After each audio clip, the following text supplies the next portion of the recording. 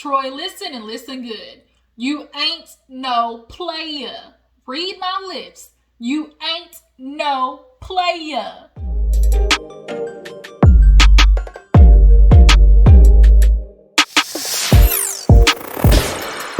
What's up, everybody? Welcome back to my channel. We are talking about Ready to Love today. We are on episode 3.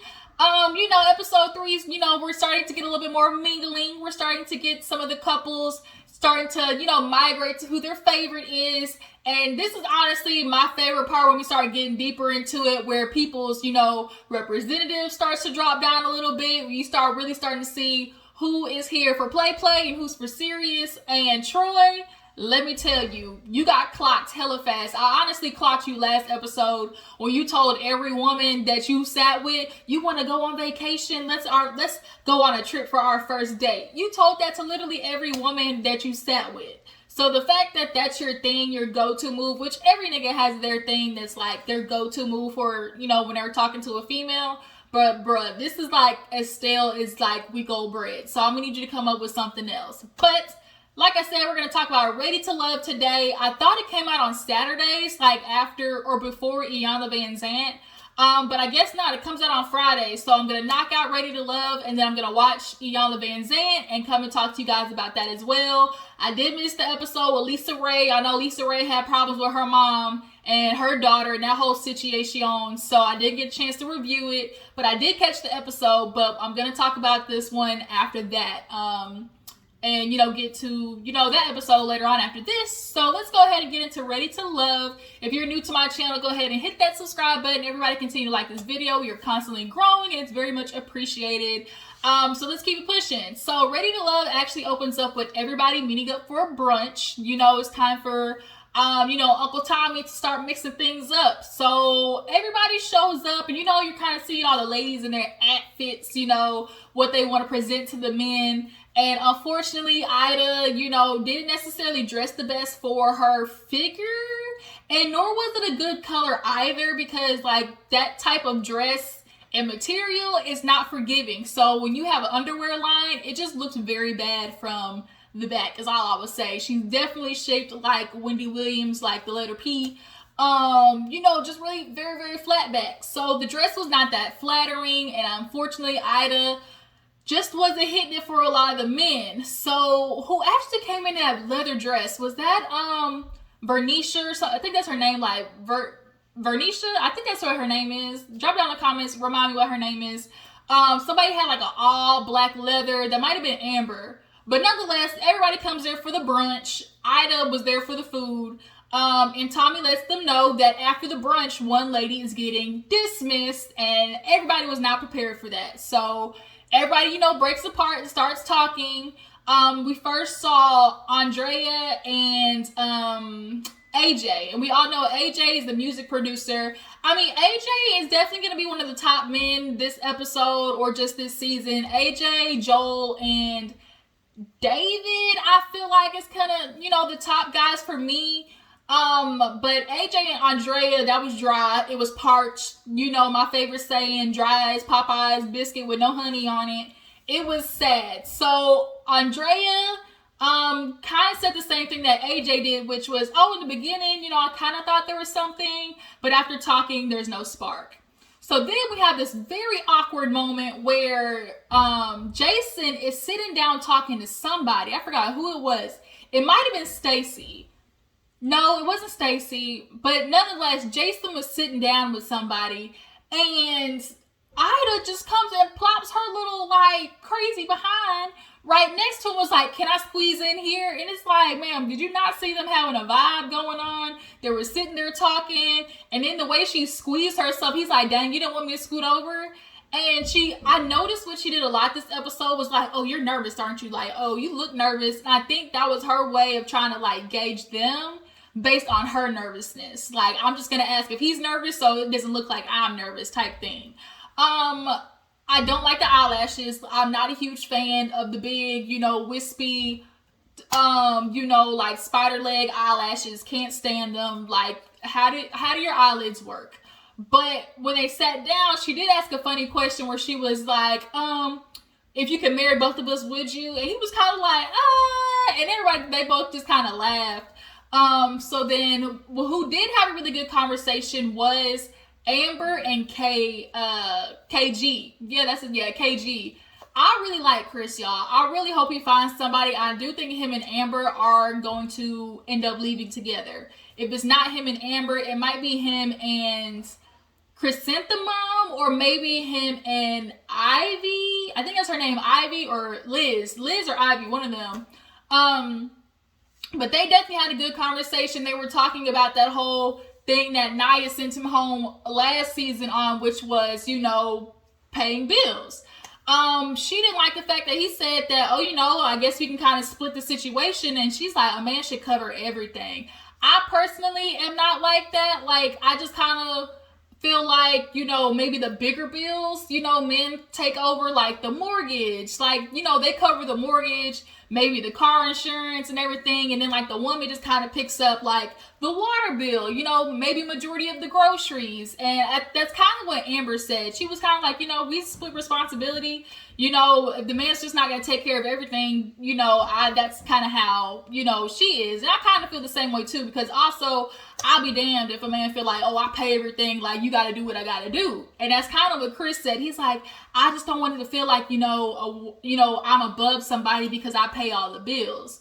And, he kind of explained it that way. And obviously, like, that's what a woman wants to hear. Like, just because you pay bills doesn't mean you're any greater than me or that you have any more say than I do. A lot of men feel that way because I pay the bills and nonetheless I have a penis between my legs. Like, I'm the ruler of all, even though I'm wreaking hell and havoc everywhere I go, and then come to the woman to come fix it later. That shit's for the birds. But they end up all going back in there. Oh, no. There was this really awkward moment with Stacey and AJ. Stacey and AJ was vibing, y'all. They was having a moment. They was throwing out some little innuendos. Stacey, I like her. And literally, here we go once again. Ida sitting her little crazy, eccentric self down. Let me squeeze in here. It's like, Stacey, can you go find you a man and sit somewhere else? You kept squeezing on everybody else's one-on-one instead of taking you and getting you a one-on-one. So you know what that resulted to? Her getting dismissed, the boot, and she low-key was upset. She kind of looked like she was tearing up in the little confessional or whatever, and they were like, well, what do you got to think? She said, well, bump what I gotta think. You need to ask the men because I'm the one being sent home. Like, you need to be feeling what they think. And she definitely is somebody that, because she's like, I need somebody with patience. And Diedrich, I think the kind of light-skinned one with the beard, is that his name, Diedrich? He was telling her, like, you can't be funny all the time because, then we won't be able to get deep with you. And she's like, that's kind of like my first time hearing that. And she does do that. She's very scatterbrained. Like, you don't know where the conversation's going to go, which is kind of nerve-wracking. And she very much lives, like, on that teetering edge of, like, is she crazy or is she eccentric? I like to be polite and say, she's just eccentric, but low key, you kind of be like, is this bitch crazy though? Like, will she keep my car, put sugar in my tank if I accidentally, or if I need to, cancel a date because I got, late for work? But yeah, she got dismissed. And so the next date was Kyra and Jason. I don't know what they see in Jason. I personally don't think he's that cute, but I appreciate his energy. And his vulnerableness. He sat with Kyra. Kyra showed up to the date in like a perfect, date outfit, cute, casual. Sorry, y'all. They got to talking and he revealed that he suffered from depression because they were talking about, like end goals or like what's one thing you regret. He was like, anything that I really wanted to do, I've done. But if I didn't complete something, it was because life got in the way or because of depression. And I can appreciate that he was very vulnerable in saying that because not only do most people not want to admit depression, but Black men in general don't want to admit depression. They'll literally be walking around with it, but don't know they are, don't admit it, or refuse to go get fixed because it's like a weakness. But Kyra has a history of depression in her family, and she said it ended badly. So I'm just going to assume maybe somebody, took their own life because of it, which is very unfortunate. But, she's concerned because dealing with somebody who does have depression, like that takes patience. But he admitted that he went to counseling. He was like, yeah, I went to counseling, and I was just boo-hooing, you know, like boo-hooing because she just ripped me down and showed me like all the stuff that I didn't see. You know, they asked the right questions, which is good. I'm a proponent of counseling and therapy. If you don't go do it, go do it. It's very, you know, sometimes you just gotta dig up stuff that you didn't even know was there. And that's what a counselor kind of does. Or a therapist, you know what I'm trying to say. But nonetheless, I can appreciate as a black man, he put that out there because a lot of you niggas need it. Okay, go get help. Tired of, you know, women, especially black women, having to deal with broken men and then you're looking for us to fix it, because that ain't the move. So moving on, so we ended up having a group date with, Alexis and AJ went out on a date. And here's where I clocked Alexis from the first episode, saying that she was going to be the person. There's always that one girl that comes off way too strong, and that's going to be Alexis this season. So they go to do candle making, which is super unique. I would definitely go do that. And she can't stop herself. She literally is innuendoed out. So they're talking about, you know, candle. He's like, have you ever used wax before? She said, I mean, not unless I get my toes done, but if you want to show me something else. Like, she just kept throwing out, like at first, you know, when you have sexual chemistry with somebody and you feel it, you know, that's just naturally gonna happen. But she stayed on that. Like, she stayed on the sexual attention, and like they really honestly didn't even talk about anything because they didn't get into like deep conversation. And AJ kind of picked up on that. He was like, you know, you kind of talk about, you know, that a lot. And he's like, weren't you married to a pastor? She was like, yeah, but you know, just because I'm married to a pastor doesn't mean, you know, sex is important to me, because that's a very important part of a relationship. And he's like, yeah, I get that, you know. And I think that was kind of his way of being like, ooh, just a little bit too much. Like, let me be the man and kind of lead that. But Alexis, I'm gonna tell you, just kind of you kind of like on an 8, 9, you might want to bring it down to maybe 3. Because you just don't want a man to see you as just ready, willing, and able, like, immediately. And she definitely comes off as the type of woman who gives off, okay, I want to have sex with you vibes, and then has sex with the person, and then when the man dips, it's like, well, I don't know why he did that. Like, he just had sex with me and ghosted me. Well, that's kind of all you put out there. So, like, you don't want that to be the energy. Like, don't let that be the only energy you put out there, and then get upset when after you gave up the cookie, like he swipe or no swiping. He took the cookie, tooted and booted, ran. Like, don't do that. I'm just giving you a little bit of advice, Alexis, because that kind of looks like your thing. So after that, the group date is Diedrich, Liz. I think her name is Liz. I think it was Liz. Bernicia, Amanda, Troy, Andrea, and there was one other that was painting with them. Was it David? Yes, it was David, I think. Yeah, David. So they actually had a good time for the most part. Oh, Joel. That's what the other one, Joel. So Joel was telling, even though I think her name is Vernisha, y'all. Drop in the comments and remind me. But he was telling her that, you know, he also liked Liz. I can appreciate that. He was honest and upfront, because, you know, other niggas, they like to be like, oh, girl, you number one. And then really be like off to the side with another girl saying the same thing. Troy. Which Alexis clocked at the brunch. But he has a good, you know, energy with Liz. She was like, you know what, I can definitely tell you're confident. Like, I just like your energy. But let you're, you know, yet you're still very, you know, soothing. Like, she just was, you know, bigging him up, and he appreciated that. Joel definitely had a turn of energy for me, because when I saw him in the second episode, he was definitely giving me New Orleans, like, fuckboy baby, you know, baby vibes. You know, from New Orleans, they love throwing that baby out there, because that's just how it always goes. When you hear that accent, when you hear that baby, look, girls don't even know how to act. But he kind of revealed himself a little bit later to be somebody different, you know, that I pegged. Don't mean I ain't got my good eye on you, Joel, but you might not be as bad as I thought. So, David was over there talking to, I'm just going to call her V, because I don't want to say her name wrong, but I think he was talking to V, you know, the one who's like older with kids, and they were kind of having a good time, chilling, talking. But when Troy was back there, Andrea and Amber walked in. When I tell you, his attention went from here to, and he turned his head so fast. And I'm like, this nigga ain't, like, you got one woman to the side of you, and she clocked it. She was just kind of like, So then he's sitting there talking to Andrea. She's like, oh, you know, what's your favorite place that you visited? Like, you know, international place. And the fact that he said, oh, I know what places I want to go. That's not what she asked. I can tell you what places I want to go.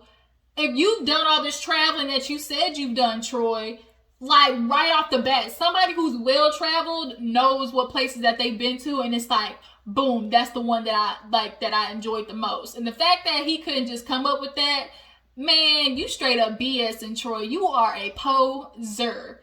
And it ain't cute. And Amber clocked it. He's like, oh, you know, we can say we conceived our first baby there. And Amber's head turned so fast when I saw that. I died laughing. When any woman does the sharp head turn, it's over, bro. It's over. And Amber's like, he's here for a game. And he's here playing games. Troy is definitely doing I'm gonna stick to what I know. It's the game of odds. He is in the game of odds right now. If I keep doing the same thing with each one, eventually one of these hoes is gonna pick up on what I'm putting down. Like, that's literally like his game of game of life. He's playing it as odds. Like, one of these women gonna buy it. That's what he's doing. So after that group date, there was another group date that was cooking, and that was Tressa, Diedrich, KG, and AJ, and then Alexis, Stacy, and who was the other girl? Alexis, Stacy, and why am I saying Alexis? Tracy, yeah, that's what it was. Tressa, Alexis, and Stacy. So originally we saw Diedrich over there talking to Tressa, and he was like, you know what, you kind of changed my mind. Like, I, you know, kind of had you in the frame vibe, so I want to take you out on a date. And she was like, well, what changed? He's like, you know, your personality. And for a girl, like, she was very right. And no man is like, oh, I liked her for her personality. Like, ooh, you know what got me? Her personality. Like, that's just not dudes. Like, yeah, okay, does she have a good vibe? Y'all kick it or whatever. But at the end of the day, there has to be some type of physical attraction. And I think for Diedrich, you can gain physical attraction. And I think that's what's happening, because Tressa is a very, you know, beautiful girl. It's just that in this very superficial world that we live in, her being a little bit more full-figured, you know, men are going to take that into accountability. Like, oh, if I walk in the room, like, with this girl, like, what people going to, like, think about me type thing. But I really get a good vibe from them, too. So Alexis was over there with KG. Was she over there with him? No, she was talking to Diedrich too, and was like doing the most. And AJ peeped it from across the room and was like, here she go again, like doing, like, putting all her energy out there. But eventually she went over there. Stacy was talking to AJ, and she picked up on the fact that, you know, they was making a kosher meal and everything. And then she went from AJ over there to KG. Literally gave him 2 minutes, ate the macaroni, cheese, and dipped. And so Chris was like, okay. And then she went back over there to AJ. And it was like, dang, Stacey, you could have let him down a little bit softer. So now after that, all the guys get together and they try to decide who was going home. Now, we did have a nice, like, good black man moment when Jason said that Joel helped him move. Like, he picked up and was like, bruh, I got you. And I'm so glad that Joel said, look, I'm not just looking for love out of this. Like, I'm also looking for a brotherhood. And that kind of made me look at him differently, for sure. And he actually, like, kind of teared up. And I think he just, you know, he does good actions without looking for the validation. And when you're a person who naturally just does good stuff, and you don't look for somebody, like, for somebody to give you feedback on it, and you're not doing it because you want other people to see, oh, you're this good person. And when somebody acknowledges it, it is a good feeling like, oh, like dang, somebody acknowledged that, you know, I was doing something selfless. So they definitely had a good moment right there, but then it got right back to the shits when Tommy was like, oh, okay, who's going home? A lot of them said Tressa. Oh, speaking of Tressa, okay, so she was over there with David during the brunch. I forgot this part because this part is important. David is celibate, y'all. He is not trying to get the nookie, the cookie, the punani, the puss, whatever. He not checking for it until he gets married. And I think he was talking to Tressa and V when he said that. And Tressa's like, I ain't gonna lie, I did it before, I don't want to do it. Straight up what that dick do. Like, that's literally what Tressa said. And understandable. What could you imagine waiting all that time and it being, you know, marital night? You think it's about to be, you know, physical bliss, and it's trash. And that's what Tressa said, because I've had some trash men, like garbage.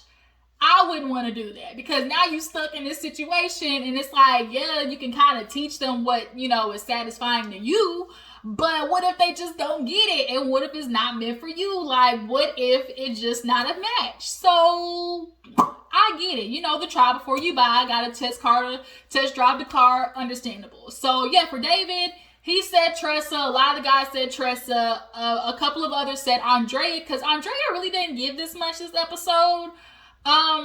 So, you know, those two guys sat down at the end of the episode. David sat with Andrea. He kind of told her, look, you know, a lot of the guys, you know, they like you. It's just that you're not really being open.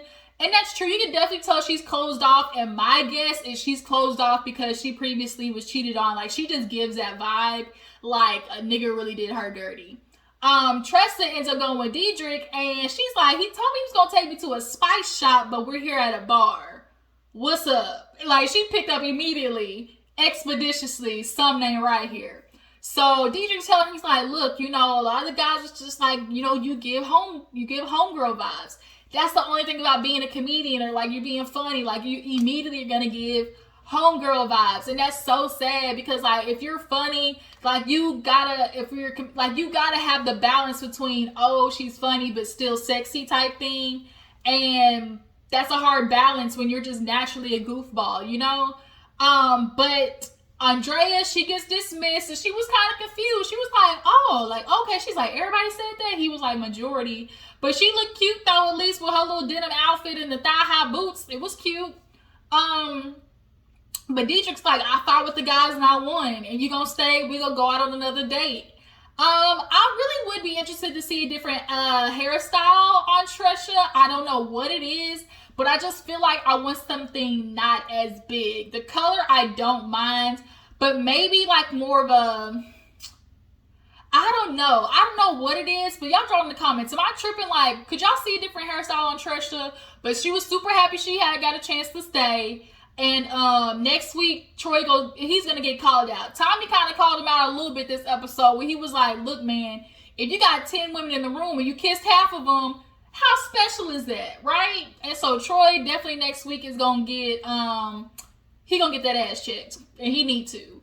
But that was Ready to Love, you guys. It wasn't too much, but just enough. Tell me, who are your top runners? For me, mine is Joel, David. I do like AJ. He's coming around. Kyra, that's who was on the date. I'm like, it's somebody else. Kyra was on that date with the chef. Because I remember her and AJ kind of talked, and she was like, oh, your okra salty. But yeah, so for me, AJ, David, Joel, and kind of throw Diedrich on the end there. Troy's garbage, trash, throw him away. And for the ladies, I really like Stacy, Tressa, Kyra, and Amber. Really like them. But y'all let me know in the comments. I will catch up with you guys for Iyanla Vanzant. So y'all know what to do. Like, subscribe. I'll catch you in the next video. Deuces.